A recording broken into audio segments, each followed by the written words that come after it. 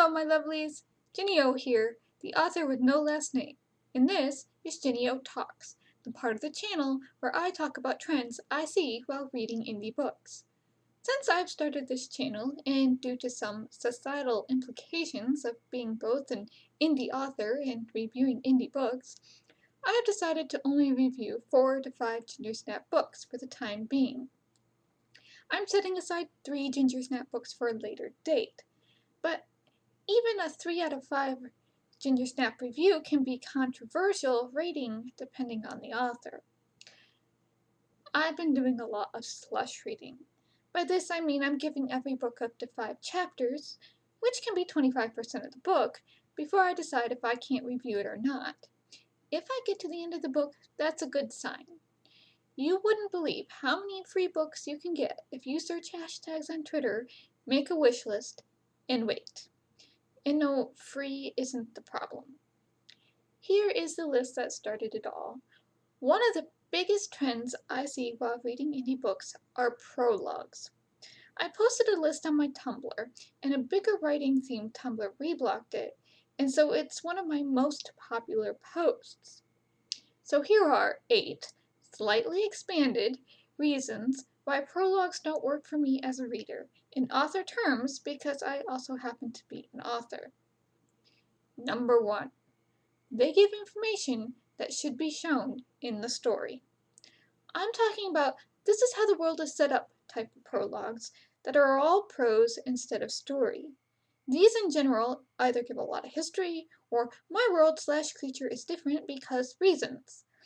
This is called exposition and infodumping, something that can easily overwhelm a reader and often isn't entertaining, unless your reader really loves world building.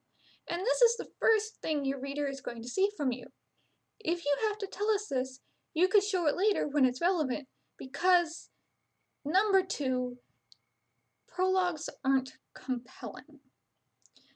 Prologues in general aren't captivating, because the reader has been trained to know that when most prologues really don't have much to do with the rest of the story, or they're written in such broad strokes there might as well be a villain twirling their mustache. The reader isn't going to be enthralled with your 3,000-word prologue enough to make it worthwhile. These are words you could use elsewhere, or information that can be revealed at a later date for more impact. If your book can't be read and make sense without the information given in the prologue, then your book needs a massive edit to show your world better. Number 3. Having to write 2 hooks instead of 1. A hook is what gets your reader invested in your story. A lot of advice for writing a first chapter is how to get your readers involved in your story quickly. Depending on source, you've either got the first 4 pages, aka the first 900 to 1,000 words, or the first chapter to make the readers care about your characters and what is happening to them. This is getting the conflict out there early and how the characters have personal stakes in resolving the conflict. You add a prologue, you have to hook them into what was happening back then, and then in chapter 1, you have to hook them to what is happening now. Getting 1 hook right is hard, much less 2.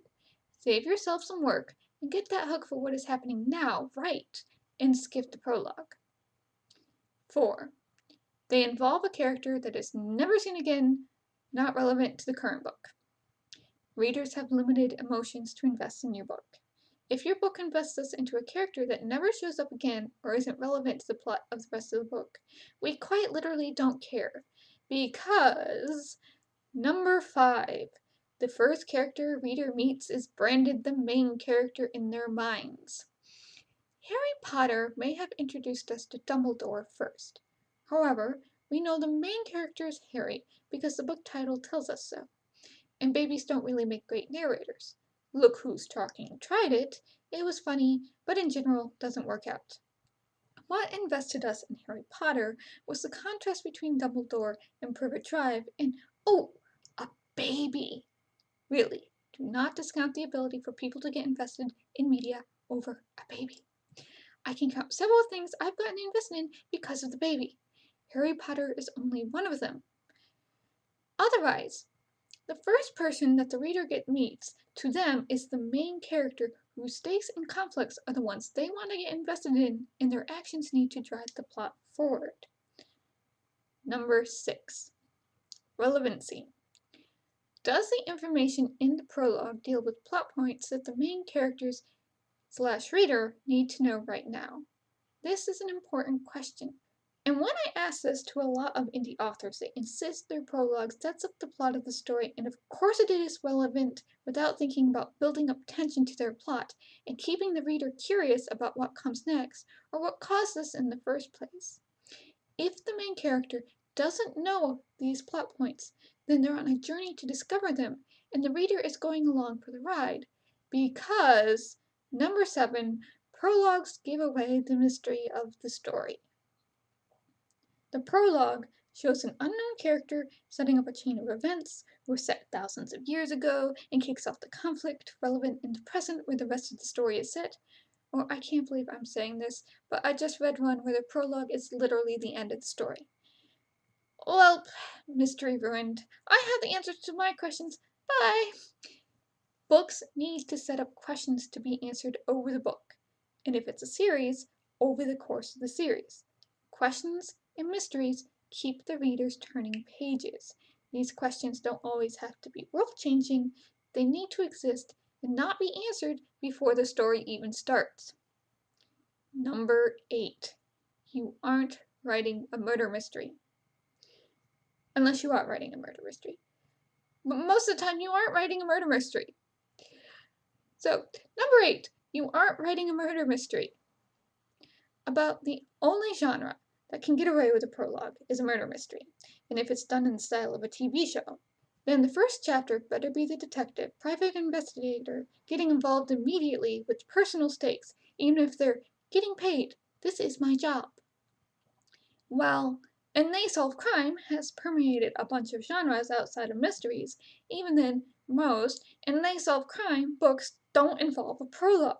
They find some other sometimes convoluted way to get the main character of the books involved in the mystery. A prologue can be a crutch. It's your job as an author to find creative and inventive ways to get your characters involved in the murder mystery if they aren't friends of the deceased, or a private detective, or a cop. The first question you have to answer in a murder mystery is, who found the body and why? Though if your character keeps finding bodies in a small town, people might think they're a serial killer. Fun times! Toss away your crutch. Figure out new ways to work the information you have in your prologue into your story. And there you have it. 8 reasons I don't find prologues useful. Point of fact, only one book with a prologue thus far has gotten 5 out of 5 cookies, and that was with the caveat to skip the prologue. Did this help you? Do you still love prologues and think I'm being harsh? Tell me in the comments and hit that like or subscribe button. Now, here's the bit where I'm going to get techie. As well as posting reviews here and on my website, I'm now offering development editing services. A development edit happens before, during, and after your first and second draft. I want to help you make sure your manuscript is ready to be self-published or queried. To see the packages available, including a free trial, part of your manuscript, and one-on-one talks with me, go to my website, ginny0.wordpress.com/editing-services. That's Ginny, the number 0.wordpress.com/editing-services, or you can use the link in the description below. P.S. Check out my books while you're there. I've revamped the main page of the site to hopefully look a lot cooler. Otherwise, you can find me at Ginny0 on Twitter, and a transcript of this post on Ginny0 on Tumblr. Okay, my lovelies, I need to get back to slush reading. I'm looking for that 4 or 5 Gingersnap indie science fiction or fantasy book.